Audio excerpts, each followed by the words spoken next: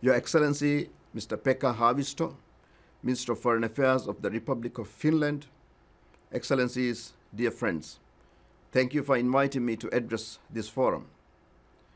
We meet at a time of great challenges for least developed countries.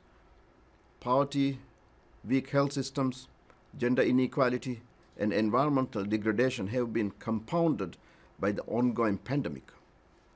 At the same time, many of the goals we set out to achieve for the LDCs in the Istanbul Programme of Action remain unmet.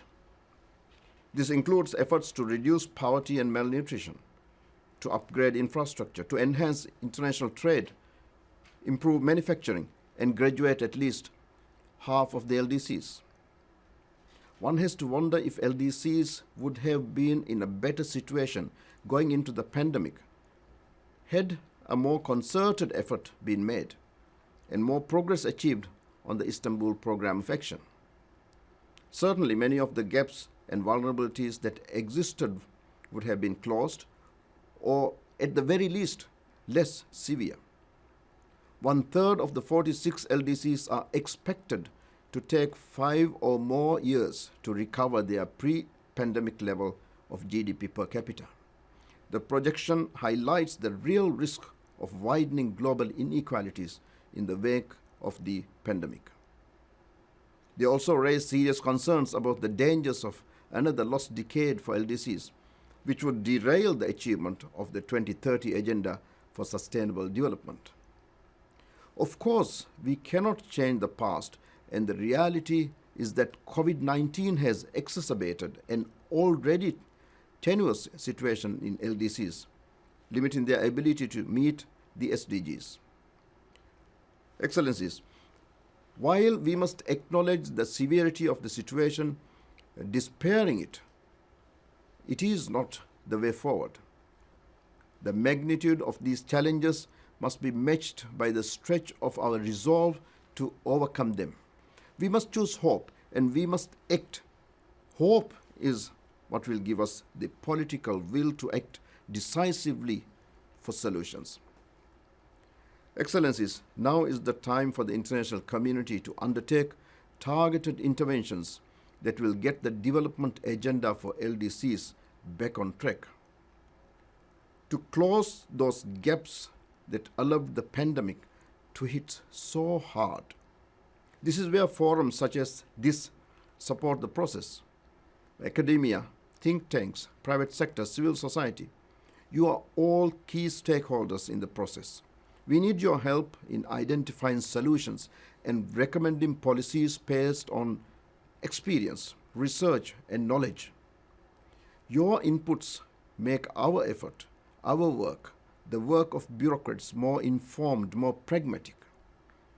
Going forward, LDCs need concessional financing, debt relief, and better access to international markets so that they can jumpstart their economic recovery. They need investment in infrastructure and connectivity.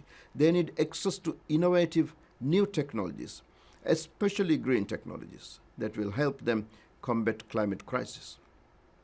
What LDCs need most urgently, however, is access to vaccines. Progress across all SDGs will remain frozen until the world finally leaves COVID-19 behind, and vaccines are the only truly effective weapons in our arsenal. To help move this process along, I intend to convene a high-level meeting on vaccine equity in January next year to ensure that we discuss the bottlenecks around vaccine production, supply, and delivery. We must change global vaccine distribution patterns so that all countries, and I mean it all countries, including LDCs, have easier access to them.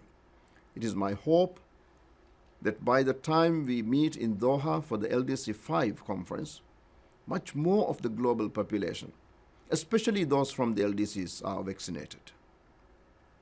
Excellencies, allow me to emphasize our decade of action on the SDGs has become a decade of recovery from the pandemic. It has become abundantly clear that we must work to recover from the pandemic, accelerate sustainable development, and tackle climate change all at the same time. These are not parallel or conflicting work streams. They are complementary and must be treated as such. Let us use this forum to reflect on the current context of LDCs and on what we could have done better in the preceding years, so that by LDC 5 we have a clearer vision of what we need to do in the decade ahead. I have no doubt that together we can map out a development strategy for LDCs that is both ambitious and viable. This time we will approach the task with renewed vigor, not only to make up for lost time, but to secure a brighter and more hopeful future for LDC populations, because that is the future that they deserve. I thank you.